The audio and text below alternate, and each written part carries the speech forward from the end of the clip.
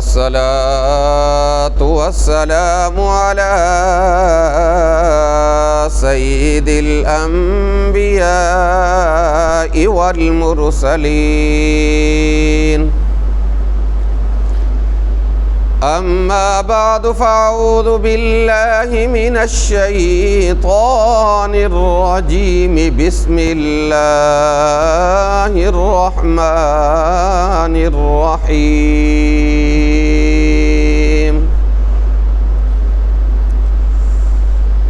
ليلة القدر خير من 1000 شهر.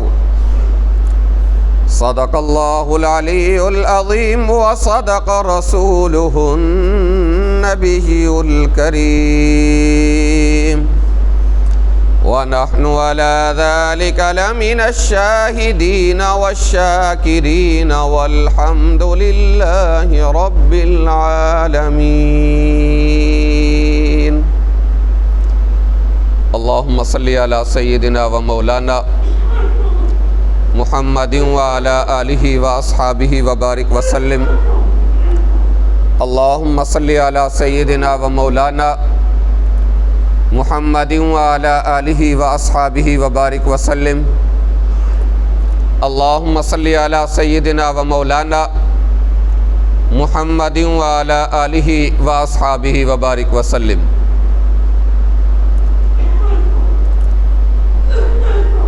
رمضان المبارک کا مقدس مہینہ اپنے آخری ایام میں چل رہا ہے.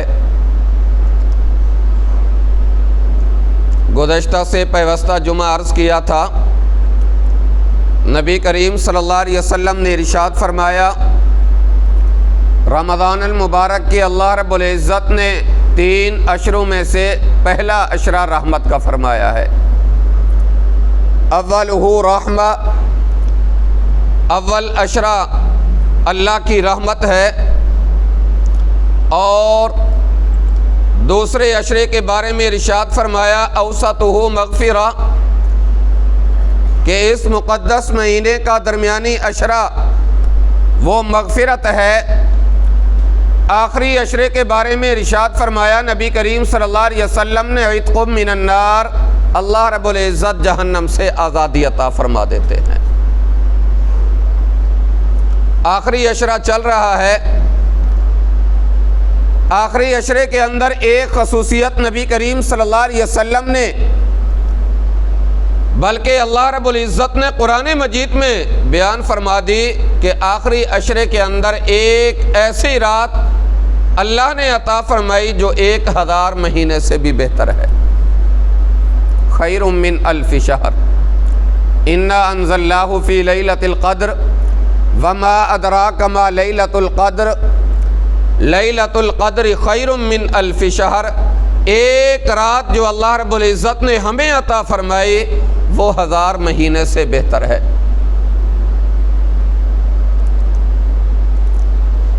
یاد رکھیے، فقیہ العصر محدث کبیر مولانا مفتی محمد زرولی خان صاحب سب قید رحمت اللہ علیہ ارشاد فرمانے لگے، لوگوں یاد رکھنا کہ لیلۃ القدر پہلی امتوں کے اندر مکمل سال کے اندر تھا، یعنی سال میں ایک رات آتی تھی لیلۃ القدر والی، اور اس کو تلاش کرنا بھی پورے سال کے اندر تھا. ساتھ میں یہ بھی ارشاد فرما دیا کہ وہ انبیاء کے ساتھ مخصوص تھا، امت کو اس میں سے کوئی حصہ نہیں ملتا. لیکن اللہ رب العزت نے محبوب صلی اللہ علیہ وسلم کی امت کے اوپر یہ مہربانی والا معاملہ فرمایا کہ ایک رات مہینے کے اندر بیان فرما دی، اور ساتھ میں یہ بھی ارشاد فرما دیا طاق راتوں میں اسے تلاش کر لینا.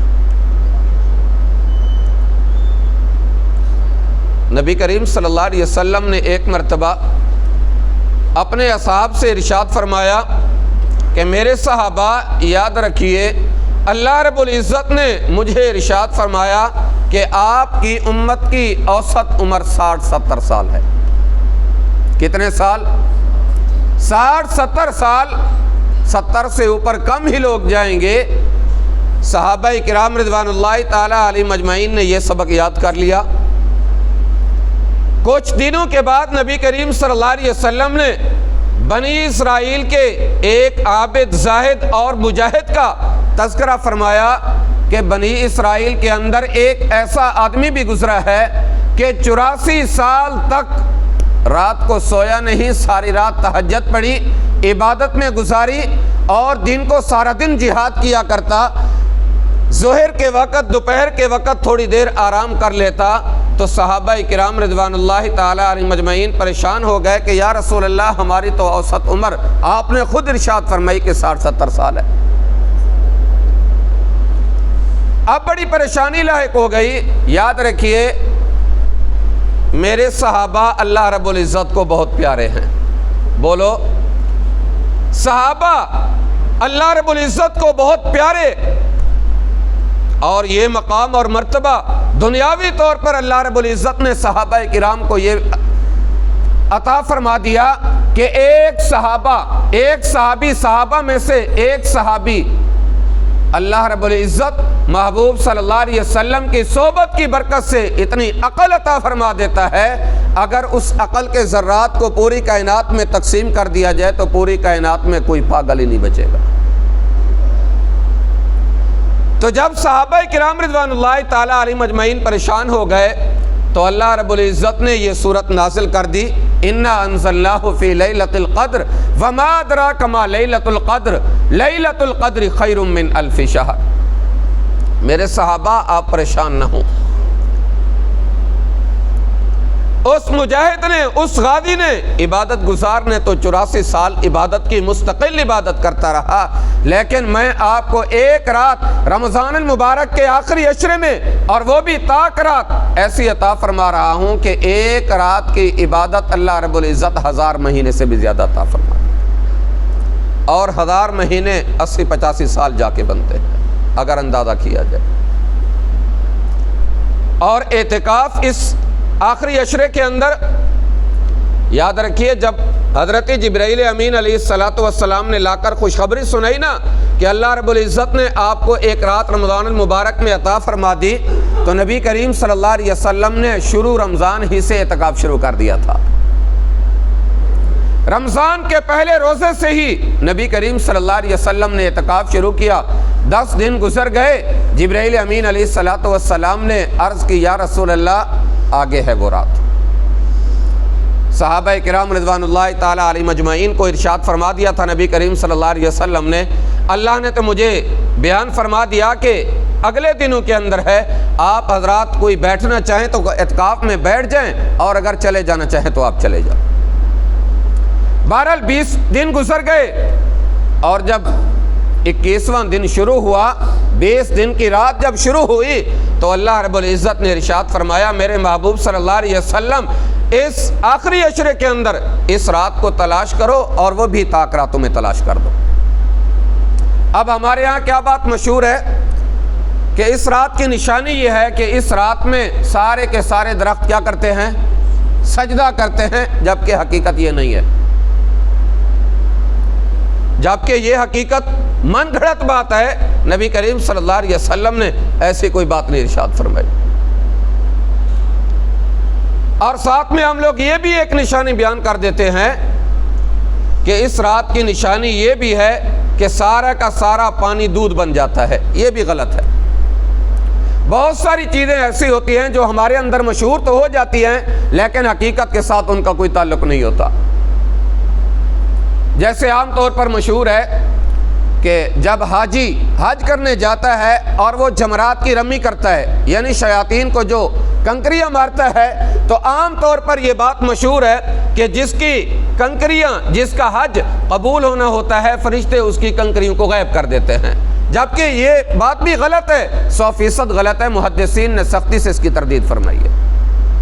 تو اس رات کی کوئی نشانی نہیں۔ امام اعظم ابو حنیفہ سب کہتے ہیں رحمۃ اللہ علیہ، انہوں نے ارشاد فرمایا کہ یہ رات آخری طاق راتوں میں گھومتی رہتی ہے، کبھی 21ویں کا ہو گیا، کبھی 23، کبھی 25، کبھی 27 اور کبھی 29 کو، لیکن تیقناً یقین کے ساتھ اس رات کے بارے میں نہیں کہا جا سکتا۔